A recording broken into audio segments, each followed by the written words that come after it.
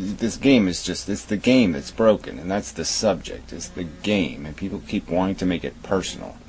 And I keep getting this shit too, like we want to kill everybody because we say people should find something else to do with their time besides having babies, that having babies is not a good idea. They just shouldn't do it unless you really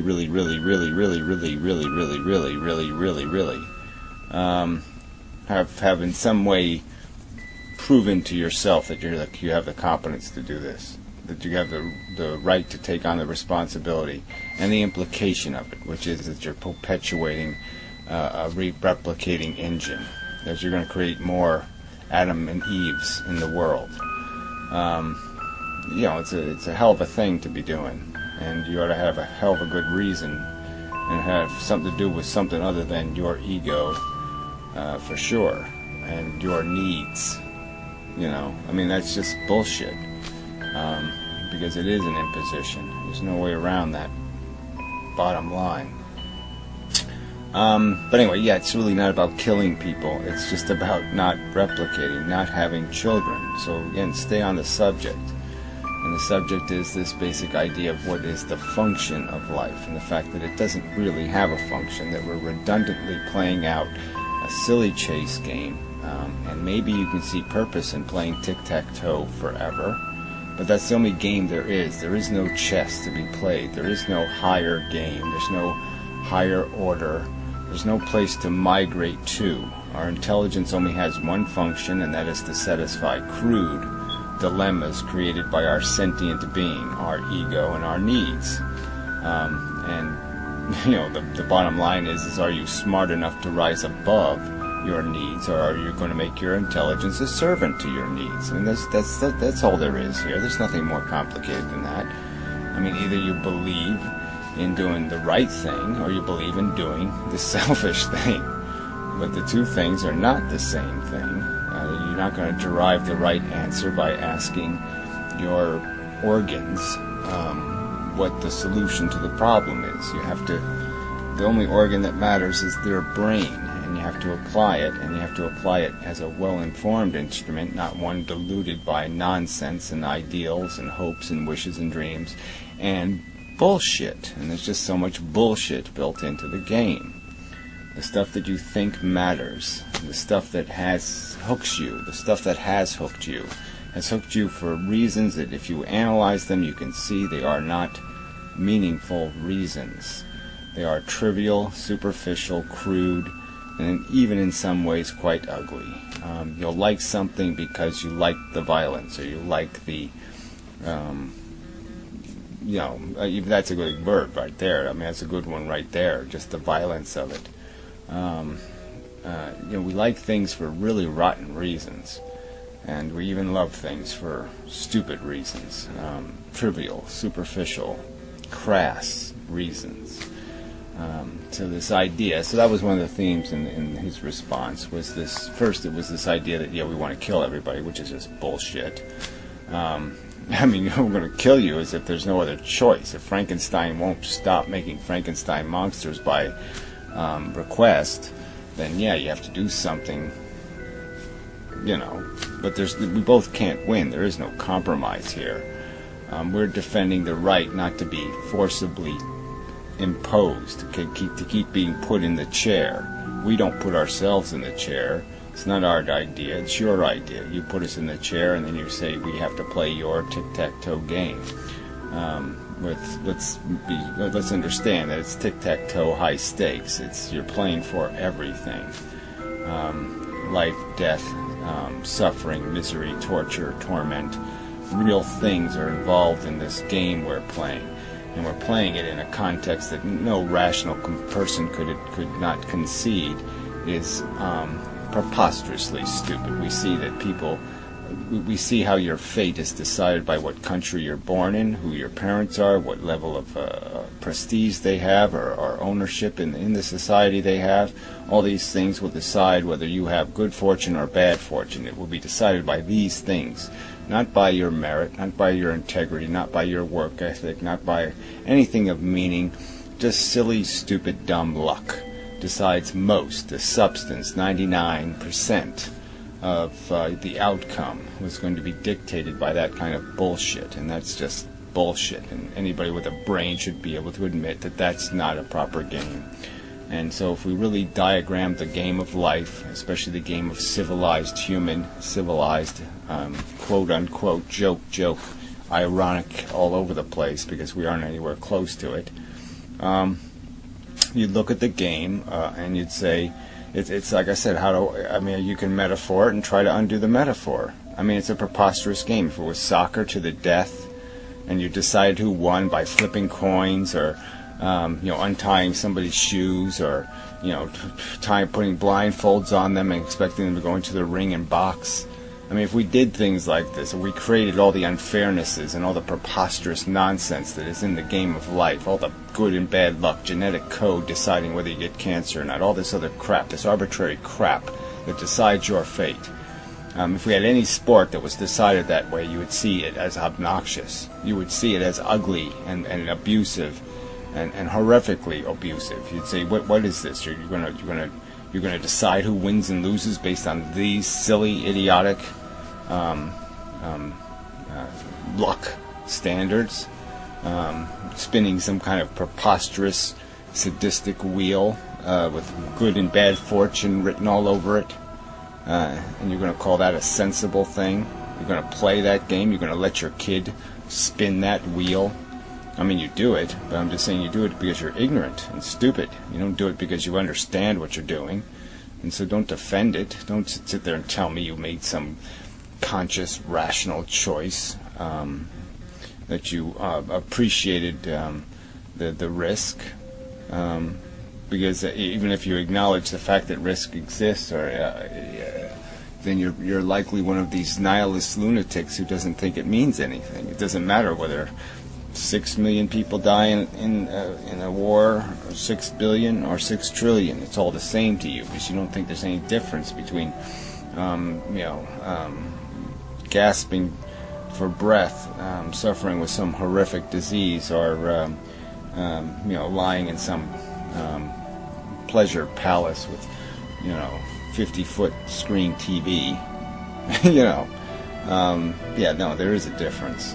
And if you can't figure out there's a difference, then you're just too stupid. Just too stupid. Sorry, but you're just too stupid. Maybe I should title this video that. Because there's just too many of you you're just being too stupid, and you're being too stupid on purpose. You're not as stupid as you're being. You're just being obnoxious, and your obnoxiousness is making you pretend that you're too stupid. And you'll say stupid things like, it doesn't matter.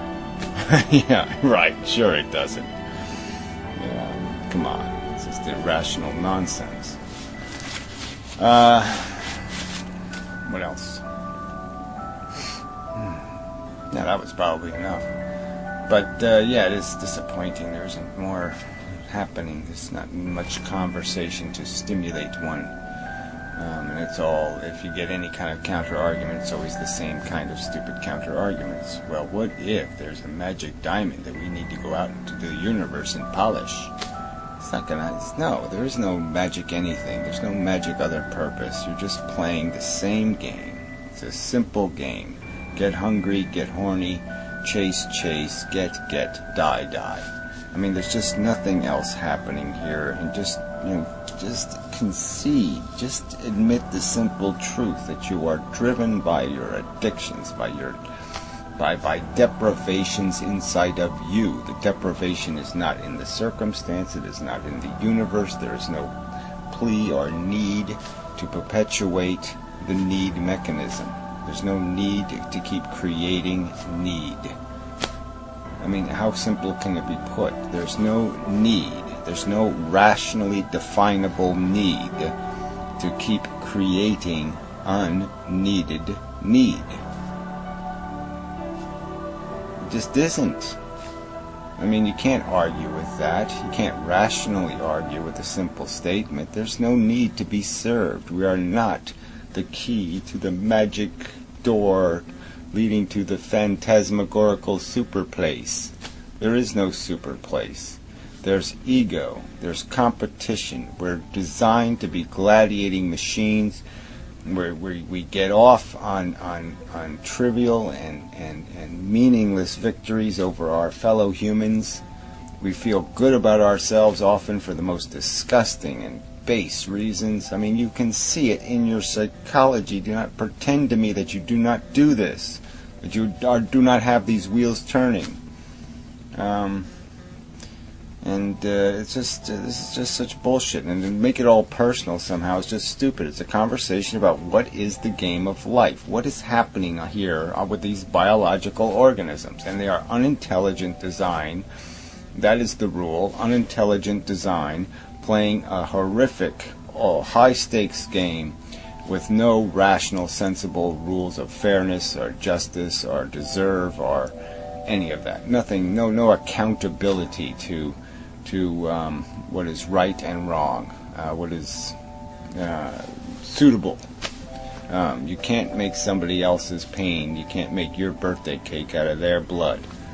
And that's how we exist here. We exist in this biosphere because all these little sentient creatures are existing in this little torture chamber where every day they go through all kinds of horror. Little mites eat their eyeballs, and all kinds of crap happens to them, and they don't get any morphine, and they don't get any release. They just suffer and then die. And it's on us. It's the blood we make our stupid little cupcakes out of and have our little silly parties and clap and go yay yay happy happy. And it's just it's bullshit. It's a lie. It's unfair. It's mean. It's nasty. These are truths here. This is what the game is. There's no other description of the game. Every component you have is a function of a biological game of evolution, a gladiator game. I want to say it over and over again, but you can't undo it. You can't argue against the simple truth of it.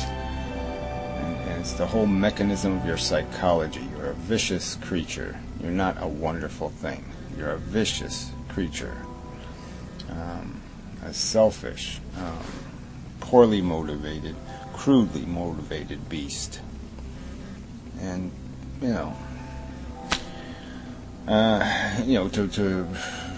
to take it back to the personal again too. It's not about what I've experienced or what this or what that, because it's a conclusion I drew very early. It didn't. I didn't have some lie stuck in my head that demanded a justification, so I didn't need to justify life, so I could just look at it and simply say, this is it. Who thought this up? This doesn't make any sense. It didn't make any sense from day one. It had no sensible answers to any reasonable questions. Why is this? You'd ask the question and you get a stupid answer, because God says so. Well, what the fuck is that? What is he thinking? We don't question what he thinks. And the atheists just say, nature says so. Nature's been doing it for 4 billion years, so it must be right. Because somehow nature knows what it's doing. Well, can I see nature's driver's license? Can I see its high school diploma? Can I see some evidence that it knows what the fuck it's doing? Because I haven't seen any of that. There's nothing logical, there's nothing fair built into the game. There's no justice, there's no deserve. Deserve has nothing to do with it. Well, why are we playing a game where deserve has nothing to do with it? Where you give gold medals and deserve doesn't have anything to do with it. Sounds like crap to me. You say you are a compassionate person, that you care about human suffering, but what you're actually doing is hurting and causing a lot more people to suffer, and I'll tell you why. No one is going on a large scale to accept antinatalism, even just out of plain never hearing about it. I have been a member of the Peace Corps. I have been to Romania, several places in Africa. I've ran several homeless shelters and soup kitchens, worked on sustainable garden projects. You, on the other hand, just want everyone to die so we can save hypothetical people. Science has changed the world. People today are happier and safer than ever before. You are merely a pessimist who is not taking the problem seriously. You are not even trying to solve it. You are refusing to answer. I have helped people, thousands in my life. You spend yours telling people to not have kids and kill themselves, question mark, question mark, question mark. I can't take you seriously because you're not trying to solve the problem practically. The goal of life is not just to make things not bad. but make them good and awesome. Everything is not just pain or pleasure, and just because no religion is true doesn't make our lives meaningless. Science gives us the greatest meaning of all, to know the truth. You act like science becomes nihilism because the universe doesn't care about us. I don't give a shit if the universe cares about me or not. I care about humans and keeping our lives flowing so we can spread throughout the universe and experience everlasting awe and wonder. You think very short term, I'm thinking billions of years. Suffering is an old phenomenon that will be phased out in the future human life. But if you want to end suffering, actually do something. We need scientists and philosophers and loving people to help guide our world into the future in a better way, so we can evolve and bring peace and loving existence throughout the stars. The flaw of your thinking is just that, to accept pessimism. That's it. So why do you still live? Why not die? It will save you from any further suffering. I don't want you to die. Okay, so you don't want me to die. I want you to get a girlfriend or a boyfriend if you want to go on a date. Also, suffering is not the end all be all. What if there is a purpose out there that we still haven't found? Plus, even if this were a game of numbers, you'd lose, since more people are happy more of the time than people suffer. So it would be insane to give up on the majority of people's great lives for a few bad ones. Also think dogs and cats are infinitely better now that they live with us! Exclamation mark, exclamation mark, exclamation mark, exclamation mark.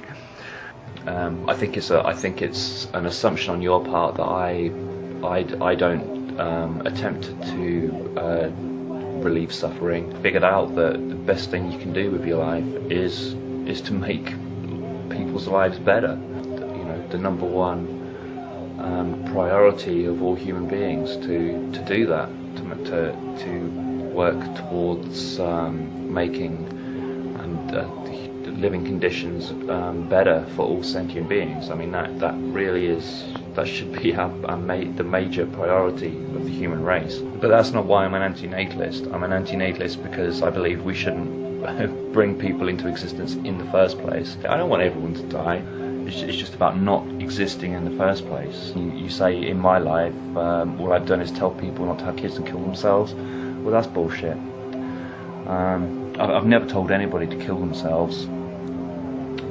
Usually it's people who are anti-natalist that tell us that we should kill ourselves. So, yeah, fuck you in regards to that. And yeah, we should make, while we're in this life situation, yeah, we should make lives as good as possible and you know, as awesome as possible, whatever that means. Really, that should be what we're doing, but we're not doing that. We're not trying to make lives better for the whole. And yeah, there's always going to be people whose lives are just from the moment of birth, it's just going to be they're just doomed to fail, doomed to suffer. What do we do about those people? Are they just expendable sacrifices, just so the rest of us can have this good and awesome experience that we don't even really need to have if we didn't come into existence in the first place? Religion is just an extension of our psychology. It's just a game to make sense of life and death, really, isn't it? Yeah, science helps us know the truth. We're just a reproducing molecule that's reproducing for no good reason, and in the course of reproducing causes a lot of unnecessary suffering, and we probably shouldn't be doing it. Yeah, when we say the universe doesn't care about us, well, yeah, I mean, so what? I mean, yeah, the universe doesn't care about us. It's good to know that. It's good to know that there's no cosmic force out there guiding our lives. There's no reason to hope or to believe things are going to get better. It's good to believe that.